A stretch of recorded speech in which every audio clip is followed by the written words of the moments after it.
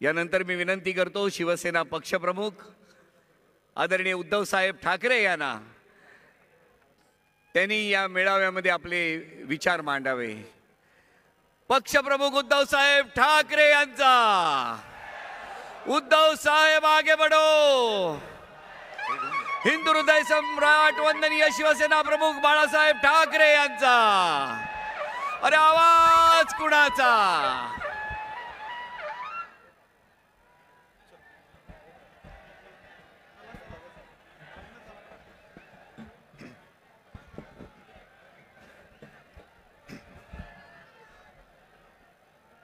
जमलेल्या माझ्या तमाम हिंदू बांधवांनो, भगिनींनो आणि मातांनो,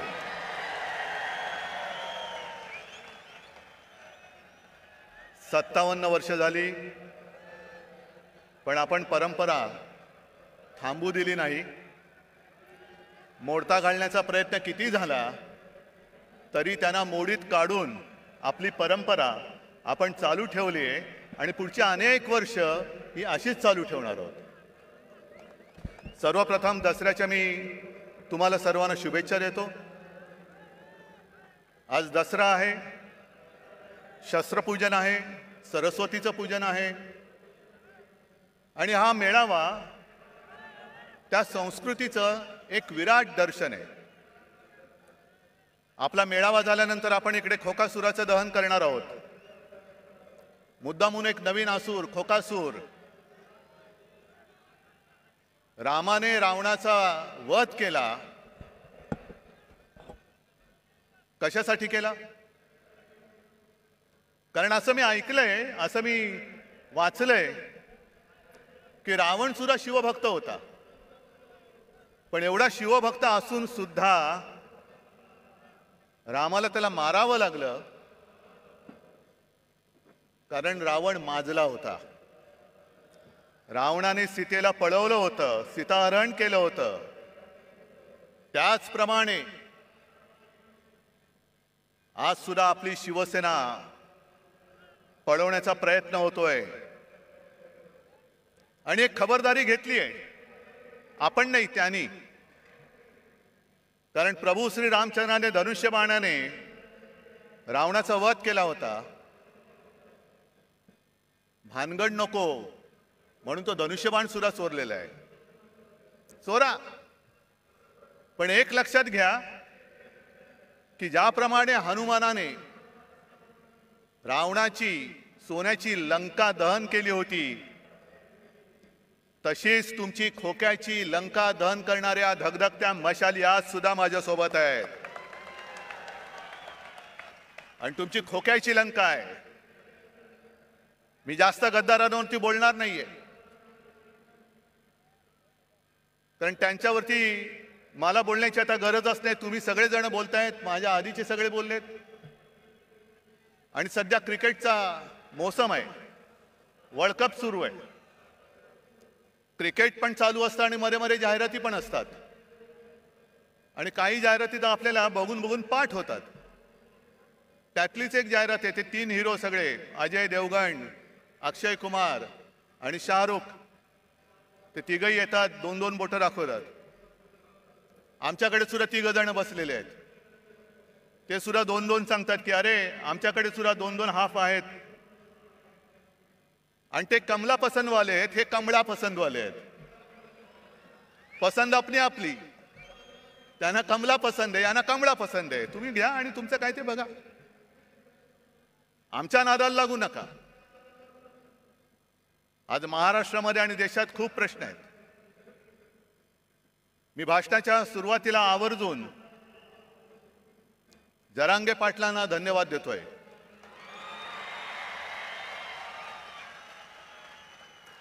अत्यंत समजदारपणाने त्यांनी आंदोलन सुरू ठेवलेलं आहे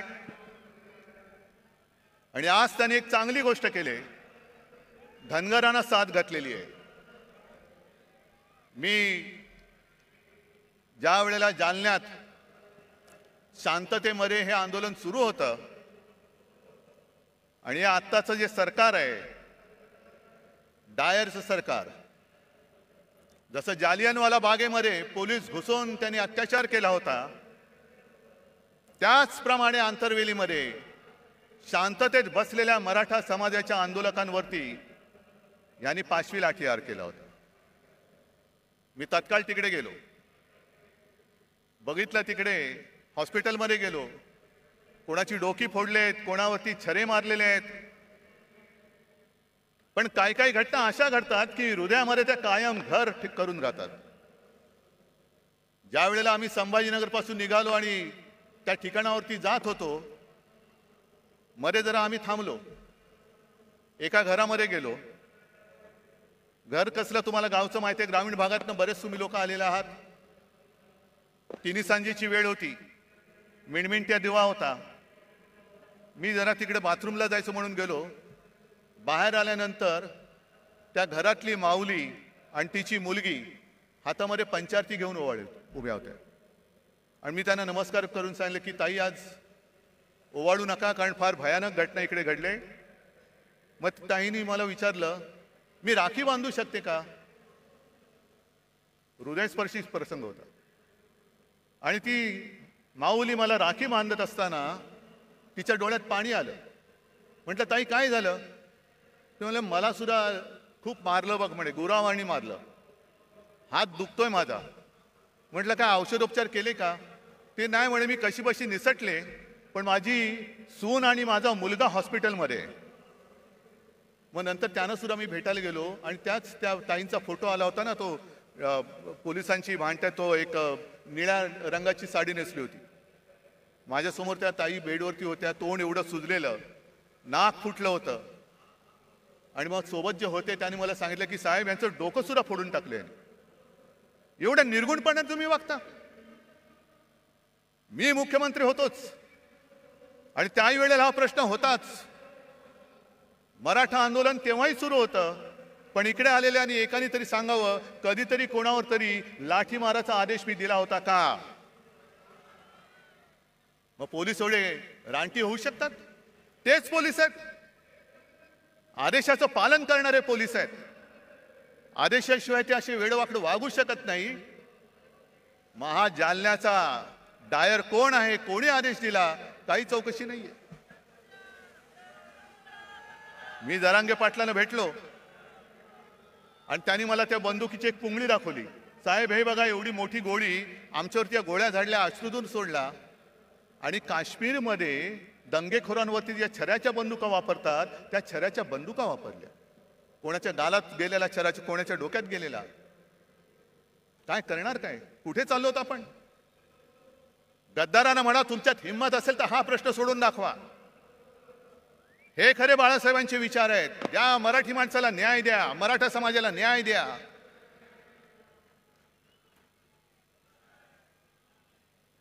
पण आज जर न्याय मिळवायचा असेल तर जेव्हा मी त्या आंदोलनकर्त्यांना भेटायला गेलो होतो तेव्हा जे बोललो तेच आज बोलतोय. हा विषय सोडवायचा असेल तर तो इथे सुटणारा नाहीये, हा लोकसभेमध्ये सोडवावा लागेल. आणि आम्हाला असं वाटलं होतं, नवे आमचा आग्रह होता की ऐन गणपतीच्या दिवसांमध्ये जे खास अधिवेशन घेतलं गेलं होतं, त्या अधिवेशनामध्ये संसदेला तो अधिकार आहे, न्यायालयाचा निर्णय फिरवण्याचा अधिकार आहे. ज्याप्रमाणे दिल्लीचा निर्णय, संपूर्ण बदल्यांचे अधिकार, कोर्टाने दिलेला निर्णय यांनी 5वी बहुमताच्या जोरावरती जसा वळवला होता, तसाच सगळ्यांना न्याय देणारा निर्णय तुम्ही संसदेत घ्या. घ्या, मराठा समाजाला घ्या, धनगरांना घ्या, ओबीसीना घ्या, किती जाती असतील, किती वंचित असतील. कारण जे शिवसेना प्रमुखांचं वाक्य होतं की जातीला पोट असतं पण पोटाला जात लावू नका. आणि राज्यकर्त्याचं कर्तव्य असतं की ते पोट कोणत्याही जातीचं असो ते भरलं गेलंच पाहिजे, हे राज्यकर्त्याचं कर्तव्य असतं. आई इकडे जे सगळे जमलेत आज तिकडे मेळावा घेत आहेत, बोला, आमचं ती टीका करा, मी तुम्हाला किंमत देत नाही. कारण माझ्या समोर महाराष्ट्रातला हा गोरगरीब आहे. आणि मी जरांगे पाटलांना खास धन्यवाद एवढ्यासाठी देतोय की जातीपातीच्या भिंती उभ्या करून आपापसामध्ये झुंजवण्याचं कारस्थान जे भाजपा करते, त्याला आपल्याला सगळ्यांना मिळून मोडून तोडून टाकायचं आहे. सगळे मराठा म्हणजे सगळे मराठी, एका मातीची आपण लेकरं आहोत. फक्त ज्यांच्याशी लढतोय आपण तो सारासुरा नाहीये, तो कपटी आहे, विघ्न संतोषी आहे. आणि भाजप एवढा विघ्न संतोषी आहे की कोणाचंही लग्न असो, तुम्ही बोलवा अथवा नका बोलू, हे जाणार, पंक्तीला बसणार, भरपूर जेवणार, आडवा हात मारणार. मग श्रीखंडपुरी असेल, बासुंदी असेल, किती पोळ्या खाण्याच्या स्पर्धा लावतील. किती पुरणपोळ्या खाल्ल्या माहितीये तुम्हाला? सगळ्या पुरणपोळ्या फस्त करणार, ढेकर देणार. पण निघताना नवरा बायकोत भांडणं लावून दुसऱ्या लग्नात जेवायला जाणार. अशी ही औलाद आहे, अशी औलाद आहे. आणि मी पुन्हा पुन्हा सांगतोय, भारतीय जनता पक्ष असो किंवा त्या काळचा जनसंघ असेल, यांचा कधीही कोणत्याही लढ्याशी सुतराम संबंध नव्हता. स्वातंत्र्य लढ्याशी तर कदापि नव्हता. मराठवाडा मुक्ती संग्रामात त्यांचं कधी नाव ऐकलं नाही. संयुक्त महाराष्ट्र चळवळीमध्ये सुद्धा ते नव्हते. पण केव्हा एकत्र आले होते? संयुक्त महाराष्ट्र समितीमध्ये ते आले होते. चळवळीत नव्हते, समितीत आले. कशासाठी आले? की हे सगळं आयतं अन्न शिजतंय, घुसून बघूया हात मारायला. म्हणून सगळ्यात शेवटी जनसंघ समितीत सामील झाला आणि सगळ्यात पहिल्यांदी जनसंघ बाहेर पडला, जागो वाटपाच्या भांडण करून. सगळं तोडून मोडून टाकायचं. विघ्न संतोषी म्हणतात ते याला. मग जनता पक्षात घुसला, तिकडे दुहेरी सदस्यत्वाचा वाद केला, तिकडे तोडफोड तांबा पितळ केलं. मग शिवसेनेसोबत आले, तिकडे अकाली दलाबरोबर गेले, कधी नितीश बरोबर, कधी यांच्या बरोबर, कधी त्यांच्या बरोबर, गोव्यात मगो पक्षाबरोबर. हे औलादी लक्षणीची ही जी पार्टी आहे, हे जिथे जाते तिथे सत्यानाश करते. म्हणून मी जरांगे पाटलांना सांगतो की पहिले यांच्यापासून सावध राहा, पहिले यांच्यापासून सावध राहा. आज सुद्धा त्यांनी जे काही केलंय, हा भगवा इकडे डौलाने फडकतोय, मानाने फडकतोय. पण त्या भगव्यामध्ये दुही, तो जो आला होता ना पानिपतचा अब्दाली, त्यांनी हेच केलं होतं. दुहीची बीज पेरायची, भांडणं लावायची. आणि त्या भांडणामध्ये जे खरे प्रश्न आहेत, मग ती बेकारी असेल, महागाई असेल, आणखीन काही असेल, त्याच्याकडे कोणाचं लक्ष जाता कामा नये. तुमच्या चुली पेटवण्यापेक्षा तुमची घरदारं आम्ही पेटवतो आणि पुन्हा तुमचे रक्षण करते म्हणून तुमच्या पेटत्या घरांच्या होळीवर आम्ही आमची पोळी भाजतो.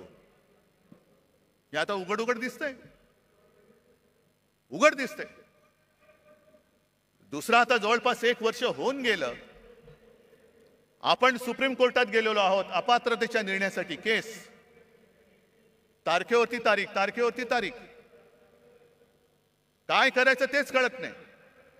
कारण सर्वोच्च न्यायालय प्रत्येक वेळेला कानफट फोडतंय यांचं लवादाचं. पण निर्लज्जम सरासुखी कानफट फोडलं तरी गाल सोडत सांगतात की आम्ही आमचं टाइम टेबल सादर करू. ठीक आहे, तुम्ही तुमचं टाइम टेबल द्यायचं तेव्हा द्या. पण एक लक्षात घ्या, मी कोणाचाही अपमान करू इच्छित नाही. न्यायाधीश न्यायमूर्तींचा तर करूच शकत नाही. पण ज्या पद्धतीने हे सगळं चाललेलं आहे ते बघितल्यानंतर एक विनोद नक्की माझ्या लक्षात येतो. आणि तो विनोद म्हणजे असा आहे की एकदा भरल्या कोर्टात न्यायमूर्ती बसलेले असतात आणि केस चालू असतात. कोणाला तारीख दे, कोणाचा निर्णय दे, कोणाचं हिअरिंग घे. आणि मग त्या सोबत कोण असतो त्याला विचारतात, चल पुढची केस कोणती आहे? मग तो सांगतो, साहेब एका 20 वर्षाच्या मुलीची छेड काढलेल्याची ही केस आहे. आता मुलीची छेड काढले म्हटल्यानंतर कोणी चिडणार? बोलवा त्याला, आणा समोर. आणि त्या आरोपीच्या पिंजऱ्यात एक आजोबा काठी टेकत टेकत टेकत येतात. ते न्यायाधीशांचं डोकं आणखीन फिरतं. तुला तुम्हाला लाज नाही वाटत? आजोबा झालात, काठी टेकत चालता आणि 20 वर्षाच्या मुलीची छेड काढता, शरम नाही वाटत? त्या आजोबा शांतपणाने न्यायाधीशाकडे बघतात आणि सांगतात, न्यायाधीश महाराज, जेव्हा ही घटना घडली तेव्हा मी सुद्धा 20च वर्षाचा होतो. काय कळलं? म्हणजे 20 वर्षाची असताना ती घटना घडली. आता ते आजोबा झाले, जिची छेड काढली होती ती सुद्धा आजी झाली, पण केस चालू आहे. केस चालू आहे. केस नाही थांबणार. तारीख पे तारीख, तारीख पे तारीख. आता माझं स्पष्ट म्हणणं असं आहे, ठीक आहे, तुम्ही आम्ही केलेल्या अपात्रतेचा निर्णय जेव्हा लावायचा तेव्हा लावा. 20 वर्षानंतर लावा, 50 वर्षानंतर लावा. पण आज संपूर्ण देश बघतोय, संपूर्ण जग बघतंय, तो केवळ अपात्रतेच्या निर्णयाकडे बघत नाहीये, तर या आपल्या हिंदुस्थानामध्ये, या आपल्या भारतामध्ये सर्वोच्च न्यायालय म्हणून जे काही आहे त्याला हा लवाद जुमानत नसेल तर सर्वोच्च न्यायालयाचं अस्तित्व राहणार आहे की नाही? या देशात डॉक्टर बाबासाहेब आंबेडकरांनी घटना तिचं अस्तित्व शिल्लक राहणार आहे की नाही? आणि सगळ्यात महत्वाचं म्हणजे अनेक क्रांतिकारकांनी आणि अनेक योद्ध्यांनी रक्त सांडून, बलिदान देऊन, त्याग करून जी आपली भारत माता स्वतंत्र केली, त्या भारत मातेची लोकशाही ही टिकणार आहे की नाही ह्याच्याकडे आमचं लक्ष आहे. बघूया आता 30 तारखेला काय होतंय. नुसता अपात्र कोणाला ठरवणार? आधी जनतेने ठरवूनच टाकलेलं आहे. माझं तर म्हणणं असं आहे की केसचा निकाल लागण्याच्या निवडणुका घेऊन दाखवा. जनता जनार्दन ठरवेल ते पात्र आहेत का अपात्र आहेत. होऊन जाऊ दे खुल्या मैदानात. पण सर्वोच्च न्यायालयाकडनं आम्हाला नक्की अपेक्षा आहे.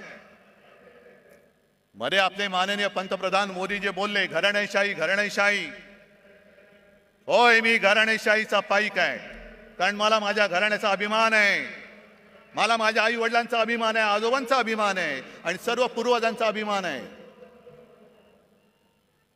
जो कुटुंब व्यवस्था मानत नाही त्यांनी दुसऱ्याच्या घराण्याबद्दल बोलू नये. पहिले कुटुंब व्यवस्था मान आणि मग हिंदुत्वाचं बोल. कारण कुटुंब व्यवस्था हा हिंदू संस्कृतीचा एक पाया आहे. तोच जर तुम्हाला मान्य नसेल तर तुम्ही आमच्यावरती बोलणारे कोण आहात? तुम्हाला काही अधिकार नाहीये. ज्याप्रमाणे मी कोरोनाच्या काळामध्ये माझे कुटुंब, माझी जबाबदारी, सर्व महाराष्ट्र मी माझं कुटुंब मानून माझ्या परीने मी काम केलं, म्हणून मला अभिमान आहे की कोणाच्याही नशिबात नाही ते एक नातं कुटुंब प्रमुख म्हणून मला महाराष्ट्राच्या जनमानसामध्ये स्थान मिळालं. मला अभिमान आहे त्याचा. बरं, घराणेशाहीला विरोध करायचा ना, करा, जरूर करा. पण घराणेशाहीला विरोध करताना आम्ही पोचलेली घराणेशाही तुम्ही डोक्यावरती बसवताय ती पहिली खाली करा. बाप मंत्री, मुलगा आमदार, मुलगा खासदार, हे सगळे जे काय चाललंय ते पहिलं करा. असं काही नाही की सगळीच घराणी काही चांगली असतात, सगळीच घराणी काही वाईट असतात. घराण्याची सुद्धा एक परंपरा असते, घराण्याचे संस्कार असतात. कोण कोणत्या घराण्यातल्या त्याच्याप्रमाणे त्याची ओळख ठरते. ज्याप्रमाणे जर तुम्ही घराणेशाही बघायला गेला, डॉक्टरचा मुलगा डॉक्टर होतो, आम्ही सुद्धा घराणेशाही, घराण्याची परंपरा जपणारे आहोत. त्याचप्रमाणे आणखीन एक घराणेशाही नाही पण घराण्याची परंपरा मी आवर्जून सांगेन, ती म्हणजे आपले सर्वोच्च न्यायालयाचे सरन्यायाधीश चंद्रचूड साहेब. स्वतःच्या कर्तृत्वाने बसलेत, पण त्यांचे वडील सुद्धा सरन्यायाधीश होते आणि कडक होते, कणखर होते. शेवटी इतिहासामध्ये आपली नोंद काय होणार आहे हे प्रत्येकाने खबरदारी घ्यायची. कोणासमोरही न झुकणारा म्हणून माझी नोंद व्हायला पाहिजे की सत्ताधाऱ्यांचे बूट चाटणारा, हे प्रत्येकाने ठरवायचंय. मग जशी घराणेशाहीची परंपरा आहे तशीच काही नावं अशी आहेत ज्यांच्या घराण्याचा आतापताच माहिती नाहीये पण तरी सत्ताधीश झाले. फरक बघाय तुम्ही. हिटलरचे वडील माहिती आहेत कोणाला? हिटलर काय घराणेशाहीतला होता?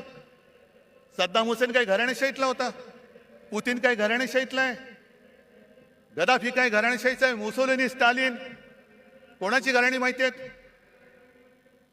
पण हाही धोका विसरू नका की ज्याचा काही आगापिछा नाही, त्याच्या हातामध्ये जर का देश दिला तर काय होऊ शकतं त्याचं अत्यंत वाईट उदाहरण हे जर्मनी आहे. हे जर्मनी आहे. असाच उदय झाला लोक पागल झाली, अंधभक्त झाली आणि आज त्यांना जे काही बहुमत मिळाले हे बहुमत तर काहीच नाही. जवळपास 95, 97, 98% त्यावेळेला हिटलरला बहुमत मिळालं होतं विकासाच्याच नावावर. काय केलं त्यांनी? आज जाऊन जर का विचारलं तर जर्मन लोकांना लाज वाटते की त्यांच्या देशामध्ये हिटलर होऊन गेला म्हणून. मग तुम्ही ठरवायचंय की ज्याच्या घराण्याचा आगापिछा माहिती असा निवडायचा की कोणाचा कशाला पत्ता नाही, आज दिसतोय उद्या गायब. तुमचं मरण तुम्ही पत्करा, मी माझी वाट लावून काम केलं, मला आनंद झाला तुमची वाट लागली, आता मी झोडी लावून चाललो, तुम्ही बसा रिकामी कटोरी घेऊन. आणि हे जर का टाळायचं असेल तर आज माझं ठाम मत आहे, एक काळ जरूर होता की कदाचित याच व्यासपीठावरून हिंदू हृदय सम्राट बोलले होते की देशाला एका मजबूत सरकारची गरज आहे. मजबूत सरकार आपण बघितलं, 9 वर्ष पाहिलं. म्हणजे मला आज सुद्धा आठवत आहे की 14 साली ज्या वेळेला प्रणवदा राष्ट्रपती होते तेव्हा आम्ही सगळे, आता वेळगळच, आम्ही गेलो होतो सगळे पक्ष मिळून आणि आम्ही सांगितलं की आमचा नेता नरेंद्र मोदी. मग प्रणव मुखर्जी खुश झाले, आम्हाला म्हणाले 25-30 वर्षानंतर एका पार्टीचं सरकार आलं, आता देशामध्ये स्थैर्य येईल. काय आले तुम्ही सांगा? आले स्थैर्य? काय तुमचे प्रश्न सुटलेत? आणि म्हणून मला आज असं वाटतं की सरकार तर बदललं पाहिजेच, पण आता जे सरकार आणायचं आहे हे सरकार मजबूत जरी असलं तरी एका पक्षाचं बहुमत असलेलं पाशवी सरकार नको, अजिबात नको. जेव्हा खुर्ची थोडीशी डगमगीत असते तेव्हा देश मजबूत होतो. नरसिंहरावांनी चांगलं काम केलं, मनमोहन सिंगांनी केलं, अटलजींनी सुद्धा केलं. सगळ्यांना सोबत घेऊन चालणारं सरकार पाहिजे, मिलीजुली सरकार आज पाहिजे आपल्याला. पण यांचं जे सगळं चाललंय, मी मागेच बोललो होतो की हिंदुत्वाचा बुरखा फाटल्यानंतर आतमधला यांचा विभत्स किळसवाणा चेहरा, भेसूर चेहरा आता आम्हाला दिसायला लागलेला आहे. जे काय एक स्वप्न दाखवलं होतं 2014 साली, आणि त्यांचीच भाषणं आहेत. पेट्रोल का दाम ऊपर गया की नीचे, गैस का दाम ऊपर गया कि नीचे, डॉलर ऊपर गया, रुपया ऊपर गया कि नीचे. मग काढा, सगळ्या गोष्टी काढा. जे मी तुम्हाला सांगितलेलं आहे, होऊन जाऊ दे चर्चा म्हणून गावागावात जाऊन ह्या सगळ्या गोष्टी समजावून सांगा, समजावून सांगा. पण आज सगळं काही त्यांनी गुंडाळून ठेवलेलं आहे. माझ्या आधीचे सगळे वक्त्यांनी एक एक समाचार घेतलेलाच आहे. मी संजय राऊतांचं भाषण ऐकत होतो, भ्रष्टाचारावरती कडाडून बोलले. संजय, काळजी करू नका, उद्या आपलं सरकार येणार आहे, नक्की आणणार, आणणार म्हणजे आणणारच. आणि आज जे दमदाट्या करतायत त्यांना सुद्धा सांगून ठेवतोय की तुम्ही आमच्या लोकांना जो त्रास देताय तो त्रास बंद नाही झाला तर सरकार आणल्यानंतर तुम्हाला सुद्धा आम्ही उलटे टांगल्याशिवाय राहणार नाही, उलटे टांगू तुम्हाला. मी सर्व शासकीय अधिकाऱ्यांना पण सांगतोय, जो एक फतवा माझ्या पाहण्यात आला, आयकर अधिकाऱ्यांना आता फतवा गेलेला आहे की सरकारच्या प्रचाराची रथयात्रा काढा. का हो, तुम्ही सगळे घेताय ना, सगळे भाडोत्री माणसं गोळा करताय. त्या भाडोत्री माणसामध्ये कोणी मर्द नाही, स्पष्ट आहे. कारण मर्द कधी विकला जात नाही, मर्द कधी विकत घेता येऊ शकत नाही. आणि मर्दपणा तर रक्तामध्ये असावा लागतो. लाचारी असणारे कधी मर्द होऊ शकत नाही. आणि भारतीय जनता पक्षाची आजची हालत जी अशी झालेली आहे, मग त्याचं वर्णन मध्ये ते एक सगळ्यांना असं पेव फुटलं होतं, हनुमान चालिसा, हनुमान चालिसा. कुठेही हनुमान चालिसा. जा ना मणिपूरमध्ये जा आणि हनुमान चालिसा बोला, आहे हिम्मत. पण हनुमान चालिसा जसा तुम्ही बोलता तशी आपल्या हिंदू संस्कृतीत आणखीनही काही स्तोत्र आहेत. व्यंकटेश स्तोत्र माहिती आहे तुम्हाला? त्याच्यामध्ये स्पष्ट शब्दात लिहिले आहे, गावीचे होते लेंडे ओहळ. म्हणजे काय? गावातलं गटार. गंगेसी मिळता गंगाजळ. मग ते गटार जर का गंगेला मिळालं तर त्याचं सुद्धा गंगाजल होतं आणि तीर्थ म्हणून हे प्राशन करतात. काक विष्ठेचे झाले पिंपळ. म्हणजे कावळ्याने खाऊन त्याची जी काय विष्ठा असते त्याच्या बियेतनं होतं झालं पिंपळ. त्याची निंद्य कोण म्हणे? आता पिंपळ झालाय त्याला निंद्य कसं म्हणायचं? भले असेल तो कावळ्याच्या विष्ठेतून झालेला. तसा भाजप झालाय आता. सगळे गावीचे सगळे लेंडे ओळ एकत्र येतात. या या या या या या सगळ्या कावळ्यांच्या विष्ठा एकत्र करतायत आणि पिंपळ करतायत. बसा मुंजासारखे त्याच्यावरती बसून. ही तुमची हालत झाली. हे तुमचं हिंदुत्व. आज मला संताप काय येतो जेव्हा मला लोक सांगतात की साहेब जनतेमध्ये तुमच्याबद्दल प्रेम आहे, तुमच्याबद्दल सहानुभूती आहे. माझ्यासाठी नका, महाराष्ट्रासाठी ठेवा. महाराष्ट्रासाठी ठेवा, आपल्या मराठी मातीसाठी ठेवा. पण त्यावेळेला शिवछत्रपतींनी स्वराज्यासाठी सुरत लुटली होती. हे इथून सुरतेला पळणारे लाचार महाराष्ट्राचं हित सांभाळू शकतायत? सरकार बदलल्यानंतर पहिलं काय केलं यांनी? पहिलं घाईनी मेट्रोची आरेची जागा मेट्रोला दिली. बुलेट ट्रेनची जागा जी मी अडवून ठेवली होती आणि जिकडे करोना सेंटर उभं केलं होतं ते पहिलं बुलेट ट्रेनच्या घशात घातलं. मला सांगा, एवढे सगळे तुम्ही जमलेला किती जणांना बुलेट ट्रेनचा उपयोग होणार आहे? मला सांगा. होणार आहे? तुम्हाला होणार आहे? कोणाला होणार आहे?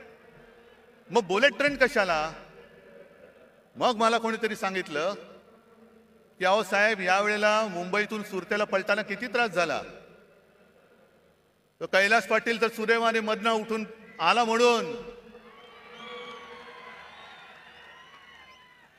पण इथल्या गद्दारांना पटकन गुजरातला पळता यावं म्हणून बुलेट ट्रेनची व्यवस्था करतायत. गद्दारांना पळवण्यासाठी. अरे महाराजांनी सुरत लुटली होती. हो लुटली होती, स्वराज्यासाठी लुटली होती. पण तिचा सूड म्हणून तुम्ही आज मुंबई लुटता आहात, महाराष्ट्राचं खच्चीकरण करता आहात. संपूर्णपणे महाराष्ट्र बकाल करायचा, मुंबई बकाल करून टाकायची. मुंबईच्या ठेवीवरती डल्ला मारायचा आणि मुंबईला भिकेला लावून दिल्लीच्या दारामध्ये उभी करायची. हा त्यांचा डाव आहे. त्याच्या विरुद्ध लढण्यासाठी मला तुमची सोबत पाहिजे. मला ते मोडून काढायचंय. बरं आता मुंबई तर तोडूच शकत नाहीत. कारण मागे शिवसेना प्रमुखांनी सांगितलं आणि तेच मी आज परत सांगतोय. जो कोणी मुंबईला महाराष्ट्रापासून तोडू बघेल त्याच्या शरीराचे तुकडे केल्याशिवाय आम्ही राहणार नाही. कोणी असलं तरी त्याचे तुकडे तुकडे करून टाकू. मग काय करायचं? मुंबई तोडता येत नाही. कारण मुंबई तोडण्याचा प्रयत्न झाला तर महाराष्ट्र तुमचं सरकार जाळून टाकेल. होय जाळून टाकेल. मग दुसऱ्या मार्गाने मुंबईला कैयात घ्यायची. मुंबईची स्वायत्तता मारायची. मुंबईचा विकास जी मुंबई महापालिका करते ते आता नीती आयोगाच्या माध्यमातून करायचं. कशासाठी? काय करते नीती आयोग? बरं महापालिकेमध्ये आजपर्यंत असं कधीही झालं नव्हतं. एक तर पालकमंत्री केला तो सुद्धा बिल्डर. माहिती आहे ना कोण? आणि पालकमंत्र्याचं कार्यालय म्हणजे एका बिल्डरचं कार्यालय हे त्यांनी मुंबई महापालिकेमध्ये थाटलं. हे मुंबई गिळण्याचा हा प्रकार नाहीये. आज तिकडे नगरसेवक नाहीयेत. प्रशासकीय राजवट सुरू आहे. कोण कोणाचे मित्र कसा कारभार करतात आणि किती पैसे खातायत याचा आपण मोर्चाकडून जाब विचारला होता. उत्तर द्यायला तोंड नाहीये. बेधडक भ्रष्टाचार सुरू आहे. बरं एवढा भ्रष्टाचार करताय, एवढा भ्रष्टाचार करताय. पण संताप एका गोष्टीचा येतो की ज्या माझ्या मुंबईने माझ्या महाराष्ट्राने करोनामध्ये अतुलनीय काम केलं.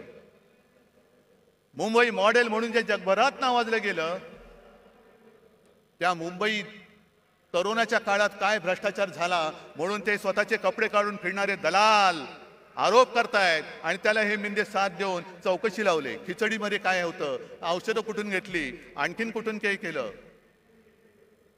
अरे दरिद्री लोकांनो, मुंबई सारखी सोन्याची राजधानी, हे आपल्या देशाची आर्थिक राजधानी, तिचं महत्व तुम्हाला मारताय तुम्ही आणि बूट चाटे डोळ्या देखत ते होऊ देत आहेत. मुंबई माझ्या देशाची, भारत मातेची आर्थिक राजधानी होती का आहे हे आता समजत नाही. कारण सगळे चांगले केंद्र, सगळे उद्योगधंदे हे गुजरातमध्ये नेले, मुंबईच्या बाहेर नेले, महाराष्ट्राच्या बाहेर नेले, काही दिल्लीला नेले.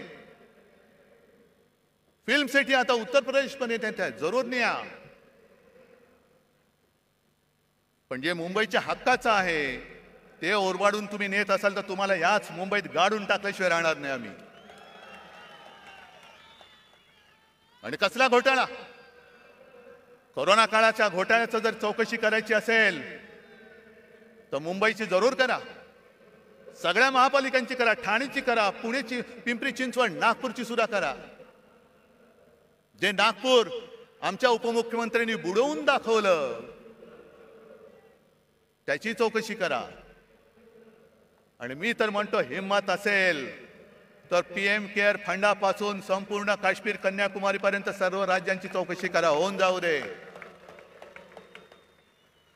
कशी मुंबईने आरोग्य व्यवस्था उभारली, महाराष्ट्राने आरोग्य व्यवस्था उभारली, आणि कसं तुम्ही त्या गंगेमध्ये प्रेत सोडत होतात, कशी गुजरातमध्ये सार्वजनिक चिता पेटल्या होत्या. आणि त्याच बरोबरीने केंद्र सरकारने भाजप शासित राज्यांमध्ये किती औषधे दिली, किती ऑक्सिजन दिला, किती व्हेंटिलेटर्स दिले. आणि विरोधी पक्षांकडे असलेल्या सरकारकडे अधिकृत नाही, अनधिकृत टेबलाखालनं किती दिले त्याचाही घोटाळ्याची तपास करा. पण आम्ही मुंबई वाचवली, आम्ही महाराष्ट्र वाचवला, त्याचं कौतुक नाहीये. पण मुंबईला बदनाम करून टाकायचं जे षडयंत्र म्हणतो ते हेच, की मुंबईला संपवून टाकायला, मुंबईला बकाल करून टाकायची, मुंबई म्हणजे भ्रष्टाचार, खाणारे हेच. आणि आमच्या अंगावरती येत आहे. अरे शेण तुम्ही खाताय, आमचं तोंड कशाला हुंगाला येत आहे? पहिले स्वतःच्या तोंडाचा वास घ्या, हिंमत असेल तर. एक सुद्धा कोणी मायेचा पूत पीएम केअर फंडाचा घोटाळा बाहेर काढा. त्याचा घोटाळा म्हणण्यापेक्षा त्याचा हिशोब घ्या ना. एकट्या टाटाने मला असं वाटतं 1,500 कोटीचा चेक त्या पीएम केअर फंडाला दिला होता. इथले सुद्धा जे भाजपचे लोक होते त्यांनी सुद्धा मुख्यमंत्री निधीला पैसे नव्हते दिले, पंतप्रधान निधीला पैसे दिले होते. हा एवढा तुम्ही भेदभाव करून सुद्धा तुम्ही त्याचा तो पैसा, हा जनतेचा पैसा, त्याचा हिशोब जनतेला द्यायला नको.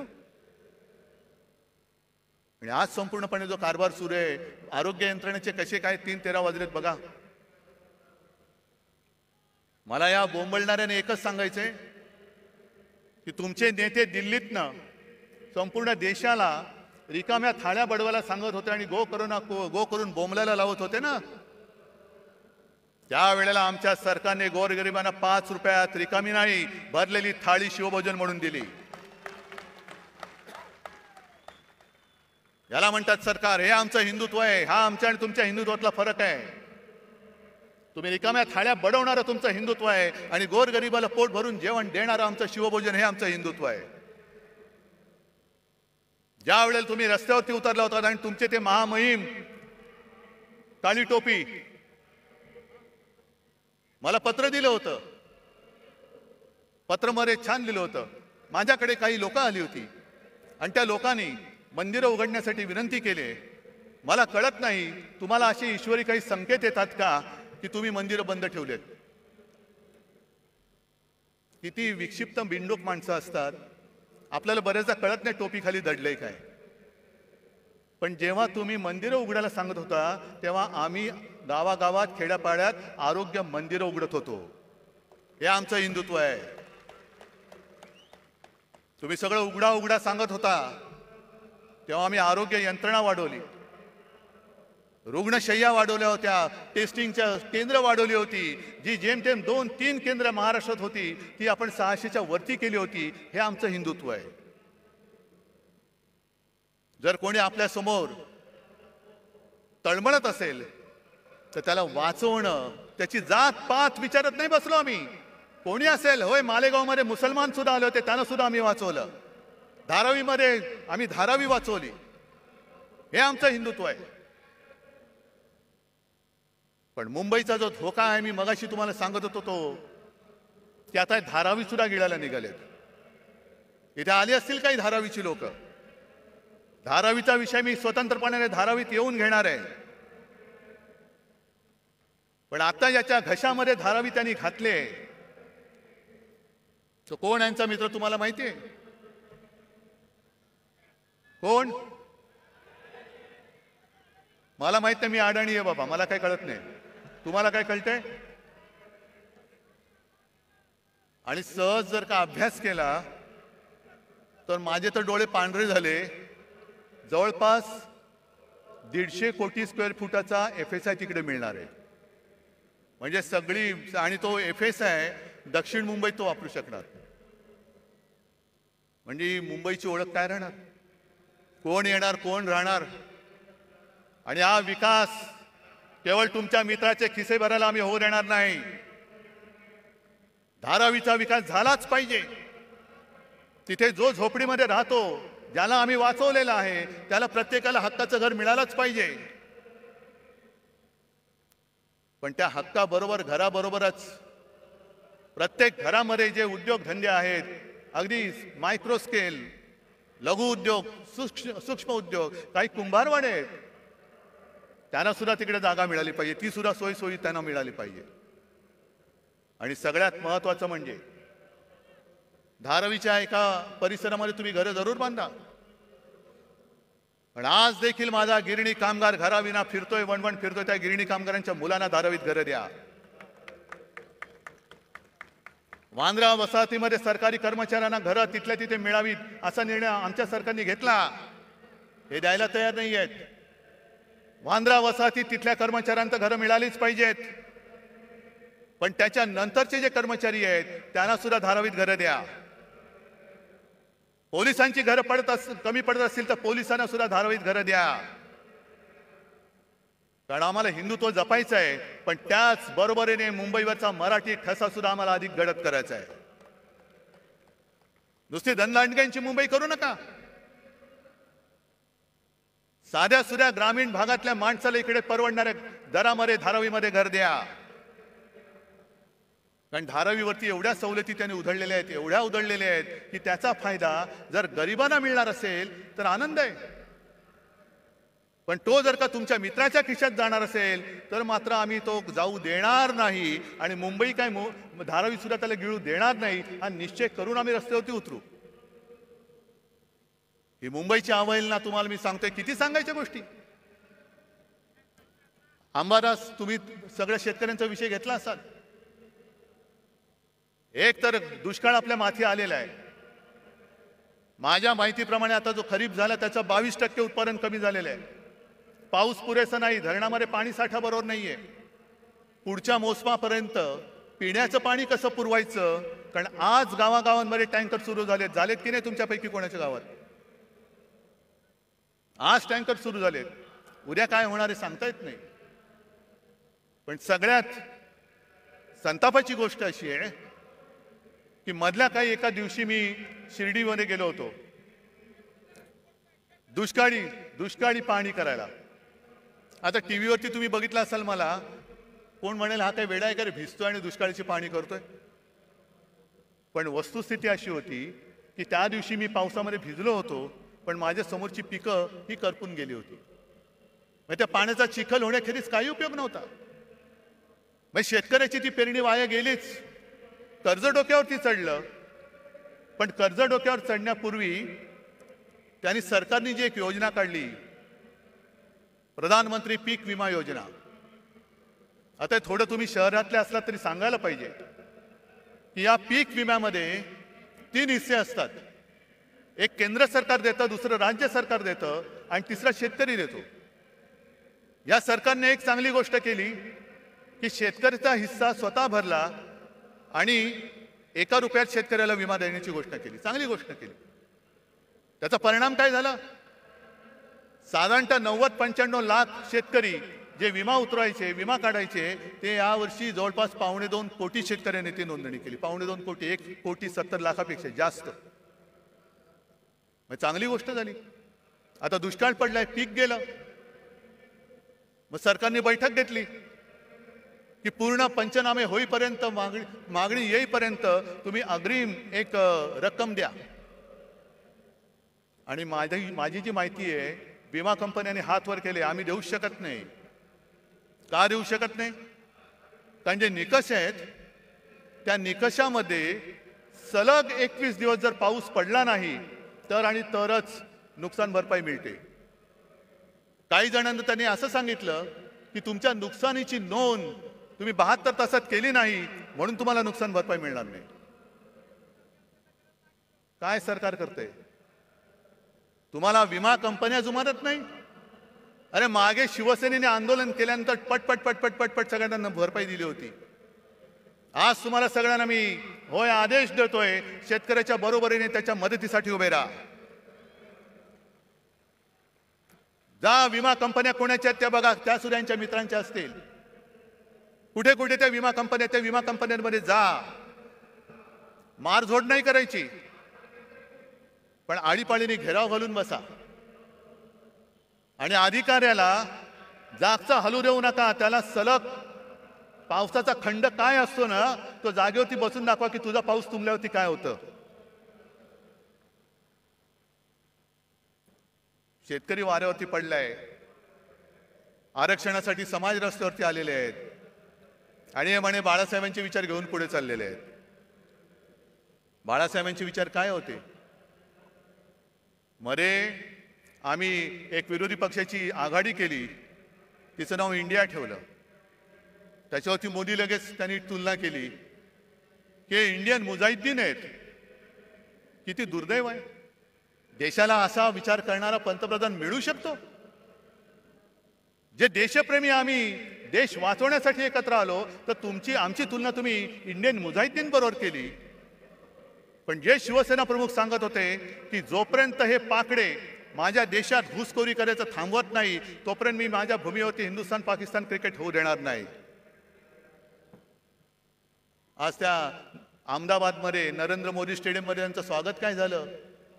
गरबा काय खेळला, फुलं काय टाकली, सगळा आनंदी आनंद, शेव फाफडा बिपडा असा वाटला की पाकिस्तानच्या खेळाडूंना वाटलं एक क्षणभर की आम्ही भारतात नाही, आम्ही भाजपात आलो की काय, आम्ही भाजपात आलो की काय. काय हे? बरं, आमच्यावरती टीका करताना इंडिया म्हणून जरूर करा. आम्ही तुमच्यावरती करतो, तुम्ही आमच्यावरती करा. पण तुम्ही आमची तुलना देशद्रोह्यांशी करणार असाल आणि स्वतः देशांच्या शत्रूंबरोबर क्रिकेट खेळणार असाल तर आमच्यापेक्षा जास्त देशद्रोही तुम्ही आहात. आज सुद्धा तो कुलभूषण जाधव तुरुंगामध्ये पाकिस्तानच्या तुरुंगात चढतोय. कोणाला आठवण आहे? 4 दिवसापूर्वी सीमेवरती पाकिस्तानच्या सैन्याने गोळीबार केला, शस्त्रसंधी मोडली आणि 2 जवान आपले घायाळ झाले. खेळा, क्रिकेट खेळा. तिकडे अग्निवीर सीमेवरती गेला, वाऱ्यावरती सोडला. आज मराठा आंदोलनामध्ये आत्महत्या होत आहेत, वाऱ्यावरती सोडतायत. मला आज सगळ्यांना एक आवाहन करायचंय, शेतकऱ्यांना करायचंय, मराठ्यांना करायचंय, ओबीसीना करायचंय, धनगरांना करायचंय, सगळे जे या त्यांच्या न्याय हक्कापासून वंचित आहे त्यांना मी हात जोडून नम्र विनंती करतो की बाबांनो, आत्महत्या करू नका. कारण उद्या तर आपला हा लढा आपल्याला लढावाच लागेल, जिंकावाच लागेल. आरक्षण नक्की मिळेल, पण तेव्हा जर का तुम्ही नसला तर तुमच्या कुटुंबाचं रक्षण कोण करणार हा विचार करा. आणि तुमचा सोन्यासारखा जीव यांच्या नादान सरकारपायी असा देऊ नका. आणि हा सगळा भोंगळ कारभार बघितल्यानंतर कुठे औषधं नाहीत, औषधी खरेदी नाही, काही नाही. सरकारी रुग्णालयात रुग्ण मरतायत. आता कोणतरी बोललं खेकडे धरणं फोडतायत. आणि एक खेकडे राज्याचे आरोग्यमंत्री हे काय करणार? म्हणजे मध्ये मी जी काय बातमी वाचली, आता टेंडर शिवाय औषध खरेदी करणार आणि तुम्ही आमच्या औषध खरेदीची चौकशी करणार. वा, म्हणजे हे खेकडा मंत्री असे आहेत की हाफकिन नावाची संस्था हे त्यांना माहिती नाहीये. कोण आहे तो हाफकिन? बोलून घ्या त्याला. कशाला? काय दलाली खायचे? म्हणजे असे सगळे नादान आणि ओंगळ अनागोंदी कारभार बघितल्यानंतर मला या गद्दारांचं काही कोड कौतुक नाहीये. ते त्यांच्या कर्माने जाणार आहेत. कपाळावरती आयुष्यभर पुढच्या सगळ्या पिढ्यांमध्ये गद्दार म्हणून एक शिक्का कायमचा लागलेला आहे. तो किती घासू म्हटलं, कोणताही साबण लावा, तो पुसला जाणार नाहीये. आणि म्हणून तुम्हाला सगळ्यांना एकच विनंती करतो, कारण आपण छत्रपती शिवाजी महाराजांची मावळे झालो तरी खूप झालं, पण एका गोष्टीमध्ये आपण नशीबवान आहोत की तो मोगली वरवंटा तोडून मोडून टाकणारं ते शिवतेज आपल्या महाराष्ट्राच्या मातीमध्ये जन्माला आलं. त्या मातीत आपला जन्म झालेला आहे, हे लक्षात ठेवा. त्याचा भुसा तुम्ही पाडा, पण छत्रपतींच्या भगव्याशी गद्दारी करणारा महाराष्ट्रामध्ये शिल्लक ठेवायचा नाही. आणि आमचं हिंदुत्व हे राष्ट्रीयत्व आहे. आमचं हिंदुत्व हे राष्ट्रीयत्व आहे. जो कोणी या देशासाठी मरायला तयार आहे, देश वाचवायला तयार आहे, तो जातीपाती धर्माने कोणी असला तरी तो आमचा आहे, आमचा हिंदू आहे. आणि कोणीही असो, जो जातपात धर्माने कोणी असला आणि देशाच्या मुळावर आलेला असला, अधिक तुरुलकर असला तरी देखील तो देशद्रोही आहे. तो देशद्रोही आहे. मला अजूनही कळलेलं नाहीये. जरा थांबा ना. आहे, थांब. मला अजूनही कळलेलं नाही त्या कुरुलकर बद्दल संघाची भूमिका काय आणि भारतीय जनता पक्षाची भूमिका काय. जर त्यांनी आपली गुपितं पाकिस्तानला दिली असतील तर तो मराठी असो, हिंदू असो, कोणी असला तरी त्याला फासावरती, जर गुन्हा सिद्ध झाला तर फासावर दिलं गेलं पाहिजे. कारण आमच्यासाठी, मी परत सांगतो, आमचं हिंदुत्व हे राष्ट्रीयत्व आहे. आमचं हिंदुत्व परत सांगतो, शेंडी, जानवेशी आणि घंटेशी जोडलेलं नाही, ते या देशाच्या मातीशी जोडलेलं आहे. म्हणजे देश वाचला तर महाराष्ट्र वाचेल, आणि महाराष्ट्र वाचला तर देश वाचेल. आणि महाराष्ट्र वाचवणारे सगळे जवान सैनिक माझ्यासोबत बसलेले आहेत. सेनापती बापट जे बोलले होते त्याचा अर्थ आता कळतोय, माहितीये ना. त्यातली एक ओळ महत्वाची आहे. ज्या 4 ओळी आहेत, महाराष्ट्र मेला तरी राष्ट्र मेले. म्हणजे महाराष्ट्र खतम झाला तर राष्ट्र खतम. मराठा विना राष्ट्र गाडा चाले. मराठा म्हणजे महाराष्ट्रातले सगळे मराठी, त्यांच्या विना राष्ट्राचा गाडा चालू शकत नाही. खरा वीर वैरी पराधीनतेचा, हे यांच्यासारखे बुटचाटे नाहीत वीर. जो पराधीन होण्याला विरोध करतो, गुलामी स्वीकारत नाही, तो खरा वीर. खरा वीर वैरी पराधीनतेचा, महाराष्ट्र आधार या भारताचा. आज संपूर्ण भारत आपल्याकडे बघतोय. अरे त्यावेळेला सुद्धा असाच अंधकार पसरला होता, घरदारं फुटत होती, देवांचे राख रांगोळ्या होत होत्या. आणि तेव्हा ही एक मशाल छत्रपती शिवाजी महाराजांची भगवा घेऊन संपूर्ण त्यांनी त्या मोगलांना टक्कर दिलेली. वाघ नख जरूर आणा, पण त्या नखाच्या मागे वाघ नसेल आणि मुनगट्टीवर असतील तर त्या वाघ नखाला काय अर्थ नाहीये. त्यावेळेला सुद्धा त्या वाघ नखाच्या मागे छत्रपती शिवाजी महाराज नावाचा वाघ होता, म्हणून त्यांनी दगाबाज अफजल खानाचा कोथळा बाहेर काढला होता. ती कोथळा काढण्याची हिंमत जर नसेल आणि आमच्या भावनेची खेळ करणार असाल तर निवडणुकीमध्ये तुमचा राजकीय कोथळा आम्ही बाहेर काढल्याशिवाय राहणार नाही. आम्ही काढू बाहेर. भावनांशी खेळ करू नका. जर खरोखर पुराव्यानिशी ती छत्रपती शिवाजी महाराजांनी अफजल खानाला मारताना वापरलेली वाघनखं असतील तर ती भाड्याने नका आणू. इतर लोकांसारखी. म्हणजे इतर लोकांसारखी म्हणजे काय, की एक पोरगा स्वतः बापाला सांगतो की बाबा मला आता शिक्षण शाळावर काही जमत नाही, मग नाही मी भाजपात जाणार, तिकीट घेणार आणि देशाची. तो बाप म्हणतो थांब जरा, तुला काय झालं, हे तुला काही येडलं का नाही का, तुला असं करू नको.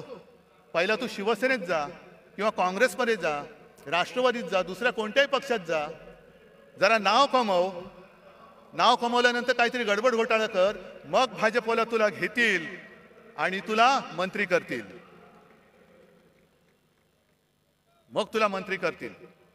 हे मला भारतीय जनता पक्षाच्या लोकांना सुद्धा सांगायचंय की घराणेशाहीमध्ये तुमची सुद्धा घराणी भाजप आणि संघ वाढवण्यामध्ये खच्ची झालेली आहेत.